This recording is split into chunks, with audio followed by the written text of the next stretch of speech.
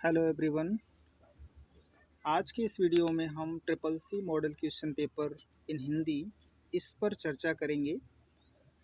Students, हमने एक नया ब्लॉग स्टार्ट किया है जिसका नाम है blog.aiicvt.in। ये इसकी वेबसाइट है और इसका नाम है ब्लॉग फॉर इंडियन पीपल।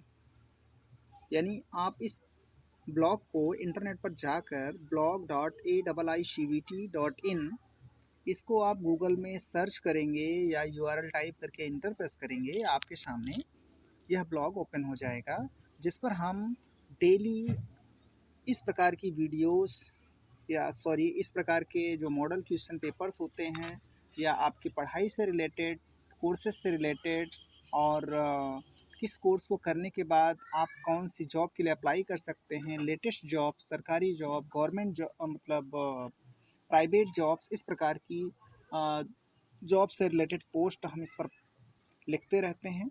तो उसी क्रम में आज इस पर हम triple C model question paper in Hindi एक पोस्ट डाली गई है और उसका हम यहाँ पर इस वीडियो में आपको इसका हम सॉल्व करवा रहे हैं क्वेश्चंस कि इसमें टोटल 50 क्वेश्चंस दिए गए हैं जिसमें आप कितने क्वेश्चंस को सॉल्व कर सकते हैं, आप अपनी योग्यता की जांच भी यहाँ पर कर सकते हैं।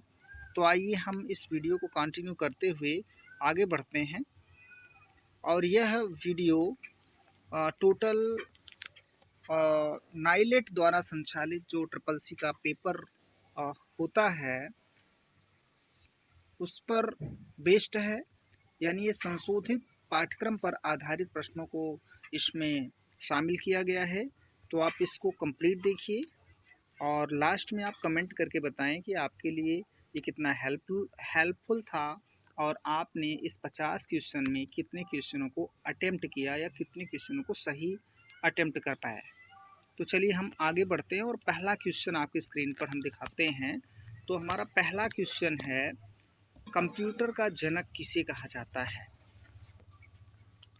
तो 4 विकल्प जो हैं आपके स्क्रीन पर हैं, आप विकल्पों को ध्यान से पढ़कर इस पर टिक लगाने का प्रयास करें। तो प्रश्न एक बार फिर से आप क्लियर समझ लीजिए, कंप्यूटर का जनक किसे कहा जाता है। तो आप देख सकते हैं कंप्यूटर का जनक चार्ल्स बेबेज को कहा जाता है, इसलिए आपका विकल्प ए सही हो जाएगा जी। और हम आगे बढ़ते हैं क्वेश्चन 2 की तरफ। तो क्वेश्चन 2 आपकी स्क्रीन पर है, कंप्यूटर की गति किस में मापी जाती है। विकल्प हैं किलोबाइट्स, मेगाहर्ट्ज, गीगाहर्ट्ज और टेराबाइट्स। तो कंप्यूटर की प्रोसेसिंग गति को आपको बता दें, कंप्यूटर की प्रोसेसिंग गति जो मापी जाती है वो गीगाहर्ट्ज में मापी जाती है, इसलिए आपका विकल्प सी इसमें राइट हो जाएगा, यानी सही हो जाएगा। आगे बढ़ते हैं क्वेश्चन 3 की तरफ। तो क्वेश्चन 3 जो है वो है, कंप्यूटर का कौन सा भाग गणनाएं करता है।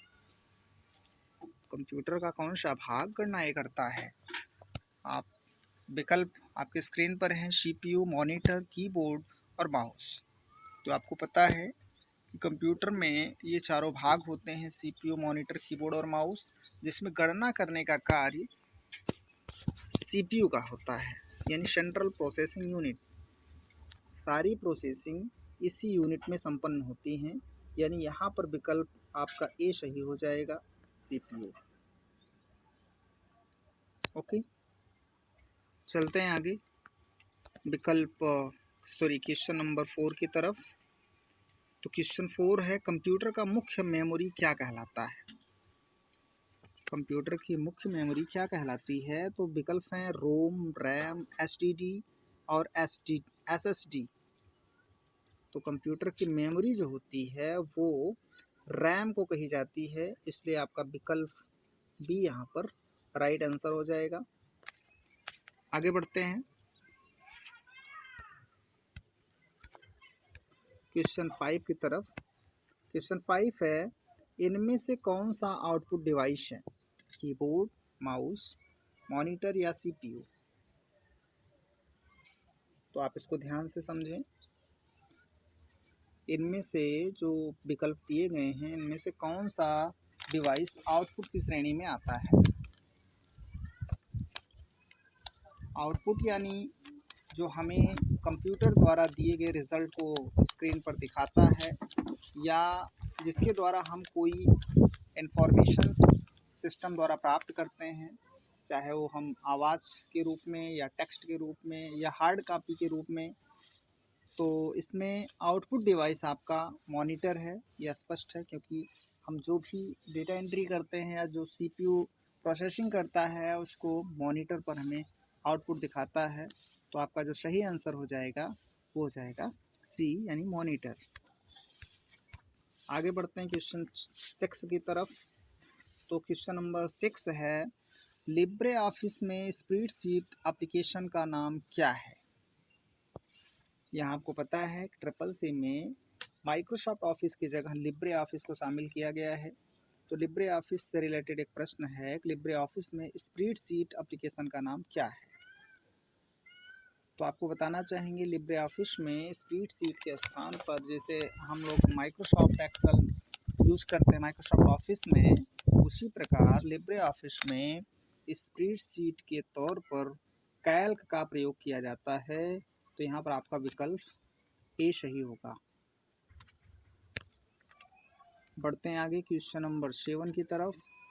क्वेश्चन नंबर 7 है, लिब्रे ऑफिस में प्रेजेंटेशन बनाने के लिए कौन सा एप्लीकेशन उपयोग किया जाता है? तो प्रेजेंटेशन बनाने के लिए जो एप्लीकेशन उपयोग किया जाता है वह है इम्प्रेस, यानी विकल्प सी इसमें सही होगा। देखते हैं क्वेश्चन नंबर 8। क्वेश्चन नंबर 8 है, लिब्रे ऑफिस में डॉक्यूमेंट लिखने के लिए कौन सा एप्लीकेशन उपयोग किया जाता है?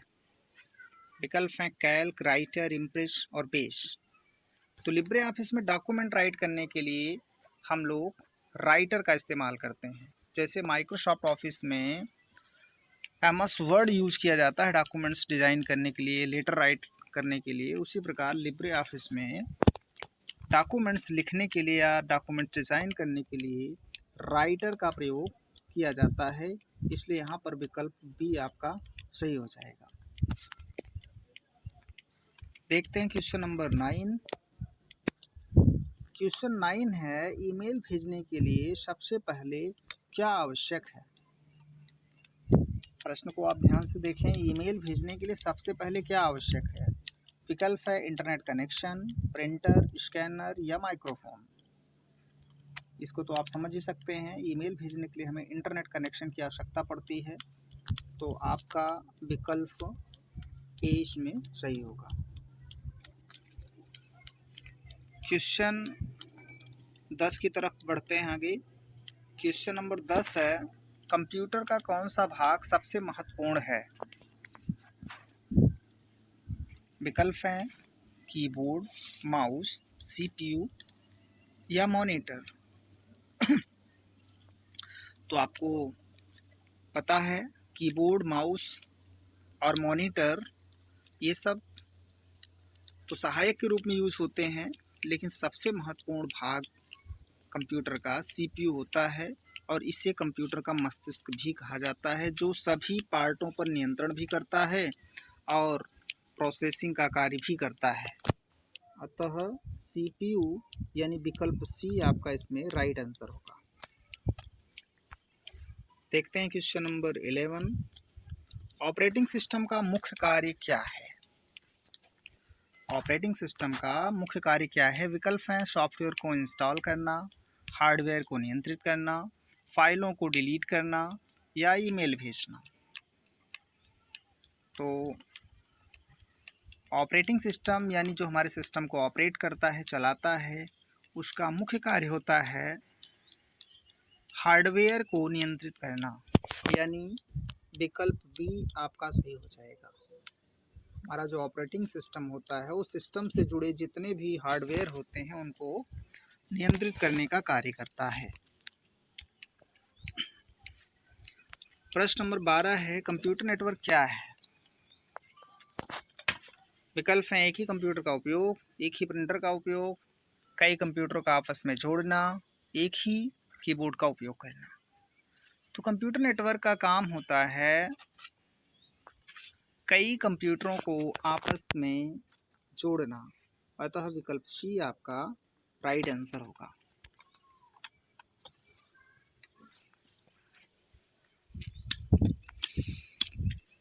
वर्ड प्रोसेसिंग सॉफ्टवेयर का उदाहरण कौन सा है? प्रश्न नंबर 13 आपकी स्क्रीन पर है। विकल्प हैं MS paint, MS Word, MS Excel and MS PowerPoint. तो वर्ड प्रोसेसिंग सॉफ्टवेयर यानी जिसे हम लोग लेटर राइट कर सकते हैं, डॉक्यूमेंट्स डिज़ाइन करते हैं, वो सब वर्ड प्रोसेसिंग के अंतर्गत आते हैं।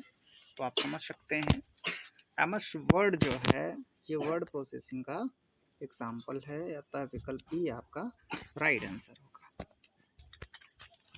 देखते हैं क्वेश्चन नंबर 14। यह कंप्यूटर वायरस क्या है? तो विकल्प हैं, एक प्रकार का हार्डवेयर, एक प्रकार का सॉफ्टवेयर, या एक प्रकार का प्रोटोकॉल, या इनमें से कोई नहीं। तो कंप्यूटर वायरस क्या है? आप जानते हैं ये हार्डवेयर तो है नहीं और यह कोई प्रोटोकॉल भी नहीं है। यह एक प्रकार का सॉफ्टवेयर होता है, लेकिन एक हानिकारक सॉफ्टवेयर होता है, आप इसको कह सकते हैं कि हार्मफुल सॉफ्टवेयर होता है। तो आपका इसमें विकल्प बी सही हो जाएगा। प्रश्न नंबर 15 है, इंटरनेट का प्रयोग करके सूचना भेजने की प्रक्रिया क्या कहलाती है? तो इंटरनेट का प्रयोग करके हम जब किसी भी सूचना को भेजते हैं तो उसको हम लोग ईमेल कहते हैं। तो विकल्प ए आपका सही हो जाएगा। प्रश्न नंबर 16 है, कंप्यूटर की भाषा क्या कहलाती है? तो कंप्यूटर की भाषा क्या कहलाती है, यानी कंप्यूटर कौन सी भाषा को अंडरस्टैंड करता है? विकल्प है, उच्च स्तरीय भाषा, निम्न स्तरीय भाषा, मशीनी भाषा, यानी मशीन भाषा, इनमें से कोई नहीं। तो कंप्यूटर की जो भाषा होती है उसको मशीनी भाषा या मशीन भाषा कहा जाता है। तो यहाँ पर विकल्प सी सही होगा। और आपको बता दें, मशीनी भाषा के तौर पर कंप्यूटर में बाइनरी लैंग्वेज यानी जिसमें 0 और 1 2 डिजिट होते हैं, उस लैंग्वेज का प्रयोग किया जाता है।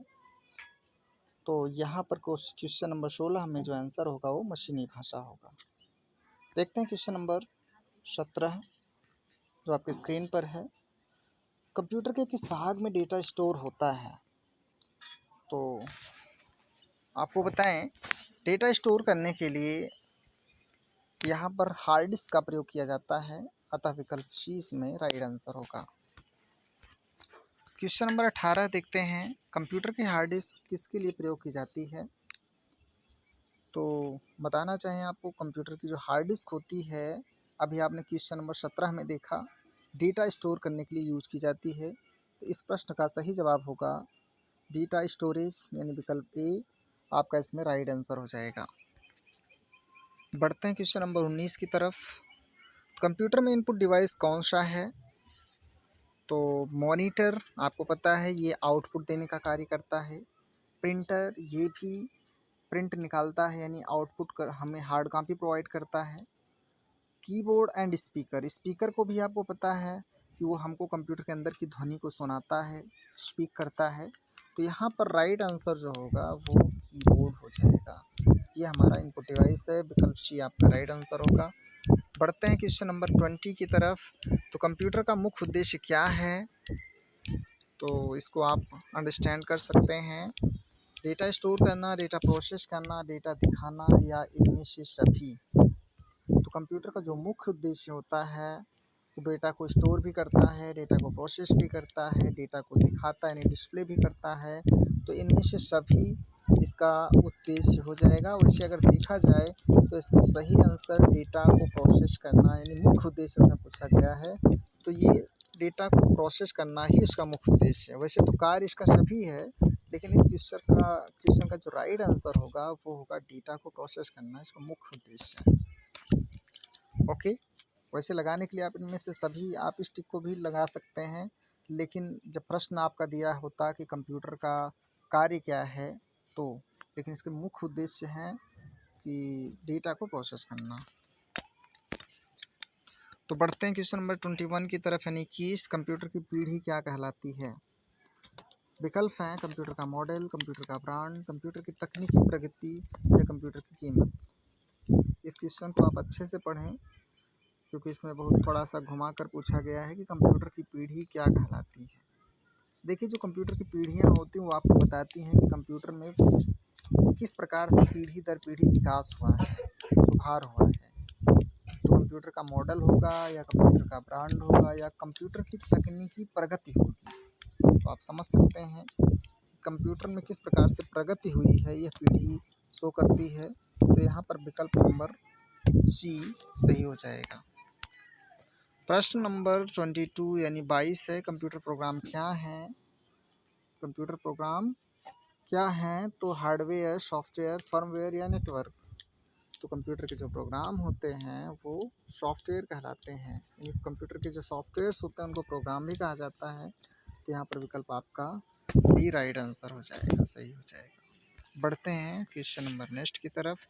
तो अगला क्वेश्चन आपका होगा 23, कंप्यूटर का आविष्कार किसने किया। ये क्वेश्चन रिपीटेड है, आपको पता है कंप्यूटर का आविष्कार मिस्टर चार्ल्स बेबेज ने किया था। तो ये सही आंसर हो जाएगा। और नेक्स्ट क्वेश्चन की तरफ बढ़ते हैं। तो क्वेश्चन 24 है, कंप्यूटर में इनपुट प्रोसेसिंग और आउटपुट का कार्य किसके द्वारा किया जाता है। इनपुट प्रोसेसिंग और आउटपुट यानी आईपीओ कीबोर्ड के द्वारा होता है या माउस के द्वारा, सीपीयू या मॉनिटर। तो कंप्यूटर में इनपुट प्रोसेसिंग और आउटपुट ये सारा कार्य सीपीयू के अंदर होता है।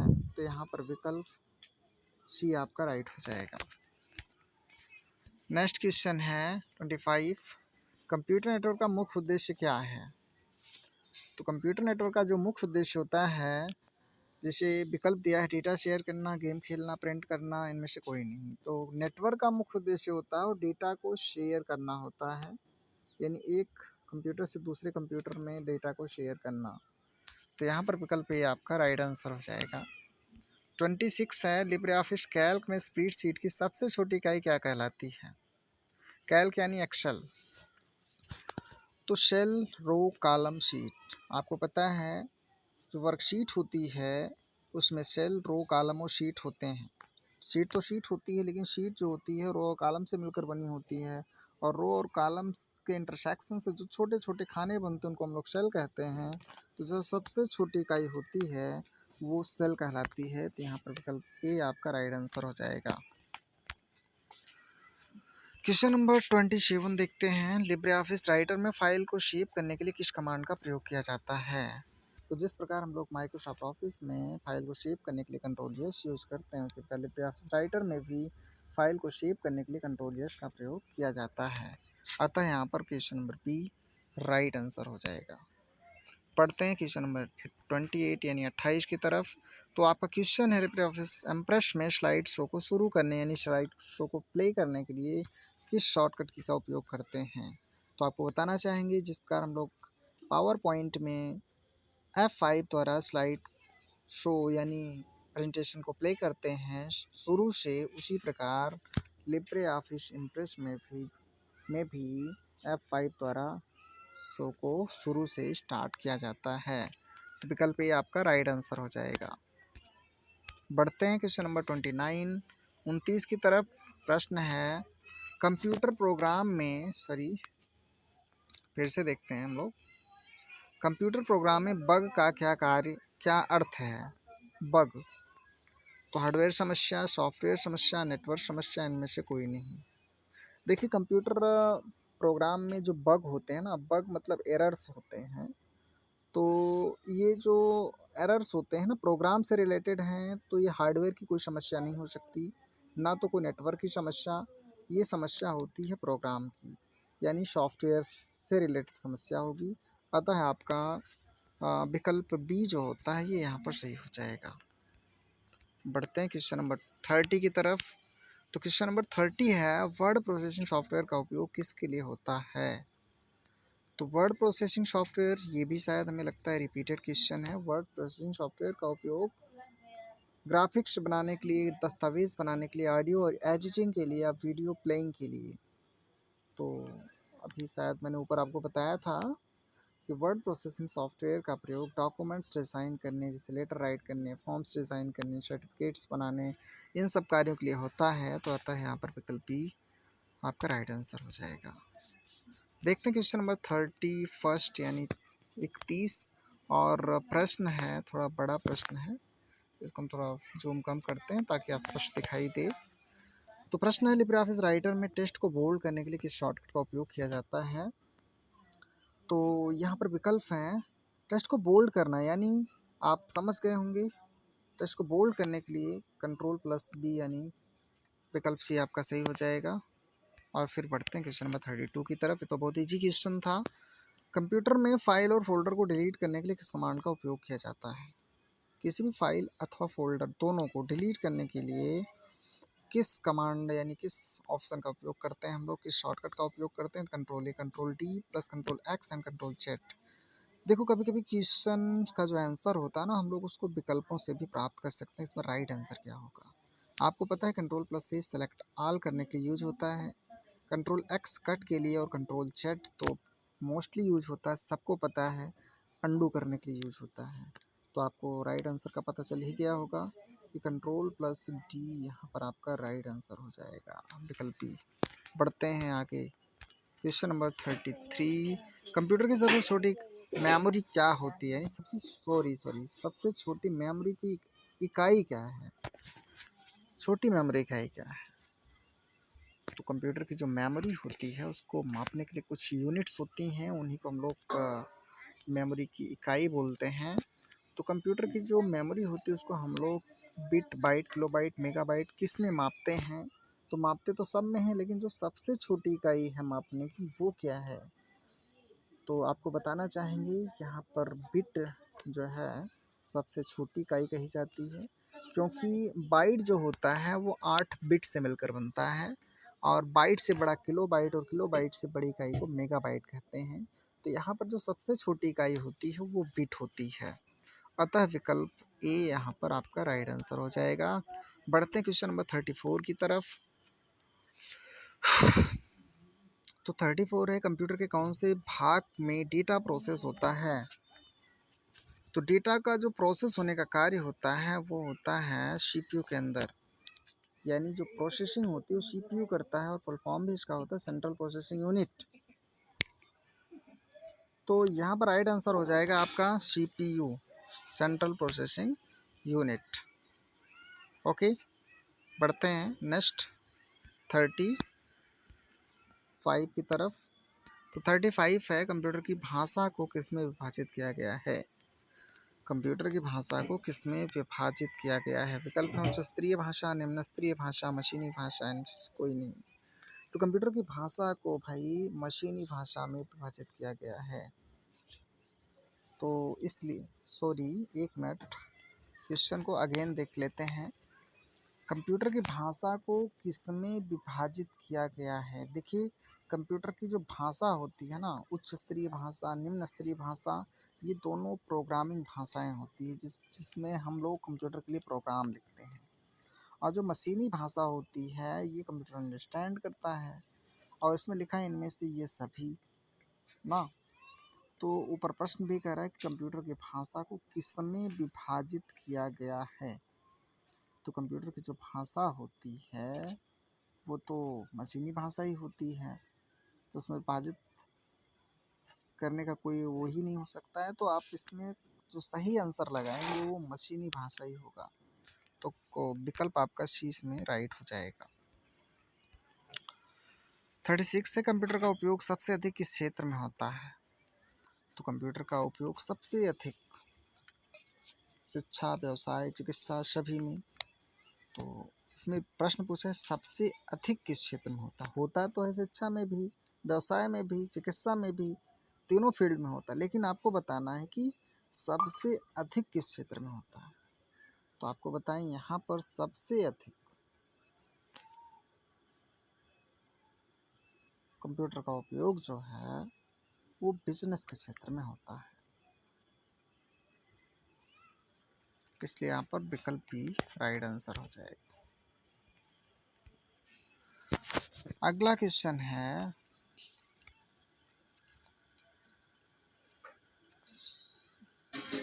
लिब्रे ऑफिस में फाइल को ओपन करने के लिए किस कमांड का उपयोग होता है?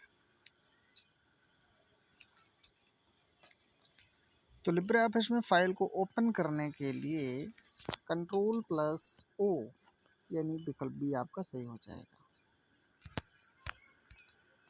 प्रश्न नंबर 38, कंप्यूटर में डेटा एंट्री करने के लिए सबसे अधिक उपयोग किसका होता है? तो डेटा एंट्री करने के लिए सबसे अधिक उपयोग कीबोर्ड, मॉनिटर, प्रिंटर, माउस। तो आप समझ रहे होंगे डेटा एंट्री करने के लिए सबसे ज़्यादा उपयोग कीबोर्ड का ही होता है, तो आपका विकल्प बी यहाँ पर जो है ये राइट हो जाएगा। देखते हैं क्वेश्चन नंबर 39, कंप्यूटर में डेटा को किस में स्टोर किया जाता है? तो डेटा को स्टोर करने के लिए आपको शायद पिछले क्वेश्चन में भी कुछ घुमा कर दिया गया था, तो आप समझ सकते हैं डेटा स्टोर करने के लिए हार्ड डिस्क का प्रयोग किया जाता है, तो विकल्प ए इसमें आपका राइट हो जाएगा। देखते हैं 39 के बाद 40, कंप्यूटर का कौन सा भाग डेटा को डिस्प्ले करता है? कंप्यूटर के पार्ट्स जो कीबोर्ड, मॉनिटर, माउस और सीपीयू हैं, इसमें डिस्प्ले कराने का कार्य आपको पता है मॉनिटर का होता है, तो सारा आउटपुट मॉनिटर ही देता है, तो आपका विकल्प 40 इसमें राइट आंसर होगा।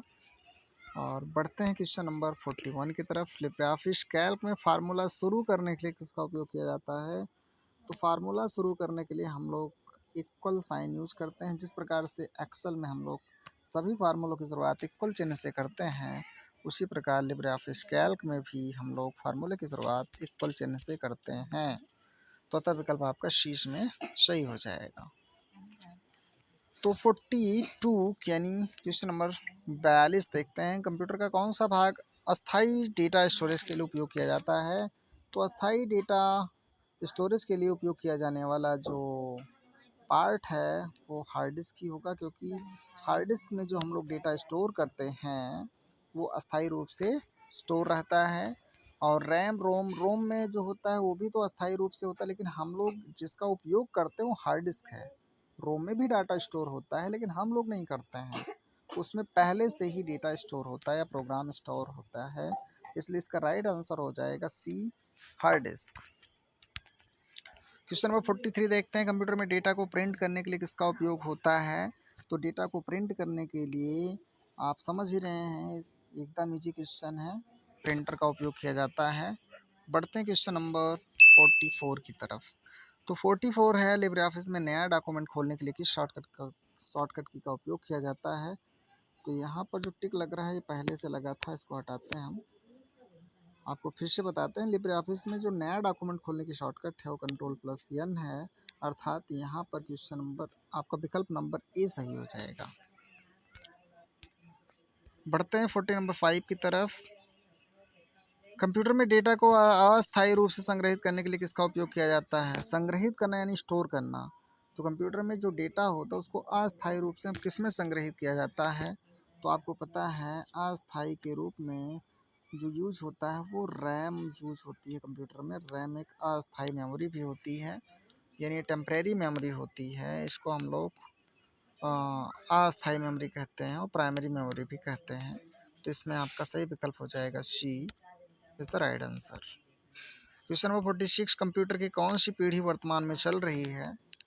तो आपको बताना चाहेंगे कंप्यूटर का जो टोटल विकास क्रम है वो 5 पीढ़ियों में डिवाइड किया गया है, तो वर्तमान जो पीढ़ी चल रही है वो 5वीं पीढ़ी है, तो यहाँ पर विकल्प नंबर 46 का डी सही हो जाएगा। और बढ़ते हैं क्वेश्चन नंबर 47 की तरफ। तो लिब्रे ऑफिस राइटर में फाइल को प्रिंट करने के लिए किस कमांड का उपयोग किया जाता है? जिस पर हम लोग MS वर्ड या MS ऑफिस में प्रिंट करने के लिए Ctrl+P यूज करते हैं, उस प्रकार लिब्रे ऑफिस राइटर में भी Ctrl+P का प्रयोग फाइल को प्रिंट करने के लिए किया जाता है, तो यहाँ पर विकल्प बी सही हो जाएगा। बढ़ते हैं क्वेश्चन नंबर 48 की तरफ। तो 48 है, कंप्यूटर में डेटा और निर्देशों का आदान प्रदान किसके माध्यम से होता है? कंप्यूटर में डेटा और निर्देश जो होते हैं उनका आदान प्रदान किसके माध्यम से होता है?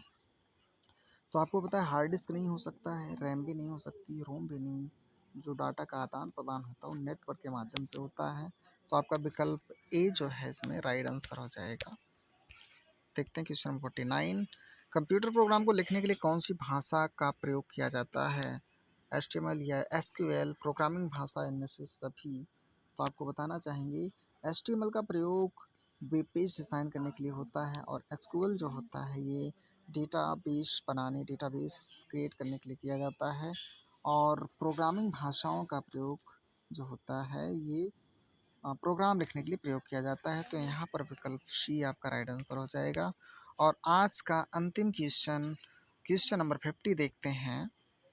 और आपको बताना चाहेंगे कि ये लास्टवां क्वेश्चन है, और लास्टवां क्वेश्चन सॉल्व करने से पहले आप अगर हमारे चैनल पर नए हैं तो आप हमारे चैनल को सब्सक्राइब करें।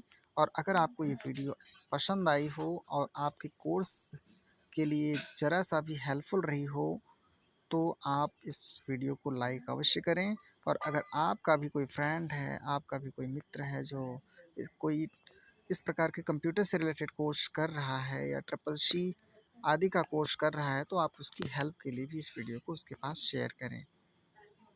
तो बढ़ते हैं इस क्वेश्चन की तरफ और देखते हैं क्वेश्चन। लिब्रे ऑफिस में स्प्रेडशीट के अंदर चार्ट बनाने के लिए कौन सा टूल उपयोग होता है? तो लिब्रे ऑफिस इस में जो स्प्रेडशीट होती है इसको हम लोग कैल्क कहते हैं। तो कैल्क के अंदर चार्ट बनाने के लिए हम लोग इंसर्ट मेनू का प्रयोग करते हैं, क्योंकि जब हम लोग इंसर्ट में जाएंगे तो वहाँ पर हमको चार्ट से रिलेटेड ऑप्शन देखने को मिल जाता है। अर्थात क्वेश्चन नंबर 50 का ऑप्शन ए राइट आंसर होगा। तो आज का ये अंतिम प्रश्न था, और आज की इस वीडियो में हमने कुल 50 प्रश्नों को शामिल किया था, जो कि ट्रिपल सी के संशोधित पाठ्यक्रम पर आधारित थे, और ये आपके एग्ज़ाम की दृष्टि से इम्पोर्टेंट भी हैं। और ये पिछले एग्ज़ाम्स में कुछ पूछे गए प्रश्नों को भी हमने इसमें शामिल किया था। और अगर आपको ये वीडियो पसंद आ रही है तो आप कमेंट में ज़रूर बताएं, जिससे कि हम आपको इस प्रकार की अगली वीडियो जल्दी ही आपके सामने ला सकें, और आपको ज़्यादा से ज़्यादा हेल्पफुल और इम्पोर्टेंट क्वेश्चंस को वीडियो में शामिल करें। तो वीडियो के कमेंट में आप ज़रूर बताइए कि ये वीडियो आपके लिए कैसी थी, और आप अगला वीडियो कब तक चाहते हैं।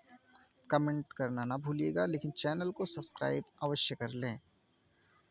ओके, तो फिर मिलते हैं ऐसी ही किसी अगली हेल्पफुल वीडियो के लिए। और उत्तर माला हमने यहाँ पर नीचे ऐड किया है।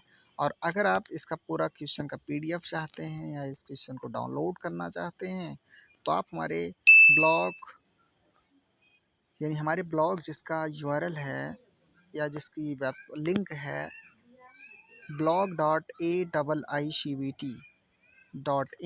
पर विज़िट करके आप इस ब्लॉग को ओपन करके वहाँ भी इसको 50 क्वेश्चंस को पढ़ सकते हैं, सॉल्व कर सकते हैं, वहाँ से डाउनलोड भी कर सकते हैं। और नीचे हमने उसमें उत्तरमाला को भी ऐड कर दिया है कि किसमें कौन सा विकल्प सही है। आप ये इसको देख सकते हैं। 50 क्वेश्चंस में 50 के 50 टोटल का मैंने यहाँ पर आंसर शीट ऐड कर दिया है। तो आप इसको ज़रूर विज़िट करके देखिए। आप हमें ब्लॉग पर भी फॉलो कर सकते हैं। हमारे कुछ और भी ब्लॉग पोस्टेड दिए रहते हैं, आप जिनको पढ़ करके आप जानकारी ले सकते हैं। से ट्रिपल सी कोर्स की संपूर्ण जानकारी मैंने एक पोस्ट में लिखा है, आप इसको भी ओपन करके देख सकते हैं, जिसमें हमने बताया है ट्रिपल सी कोर्स क्या है, इसको कहाँ से किया जा सकता है, कैसे अप्लाई करते हैं, क्या इसका सिलेबस है, और ये क्यों करना चाहिए, इसको करने के बाद कोई स्टूडेंट क्या कर सकता है, समस्त जानकारी इसमें दी गई है। तो इस प्रकार हम इस ब्लॉग पर आपके लिए लेटेस्ट या इन्फॉर्मेटिव जो पोस्ट है वो आप डालते रहते हैं, पोस्ट इस पर लिखते रहते हैं। तो आप हमारे पोस्ट को ज़रूर पढ़ें और उसको भी लाइक करें और दोस्तों के साथ शेयर करें। मिलते हैं अगली वीडियो में, तब तक के लिए धन्यवाद।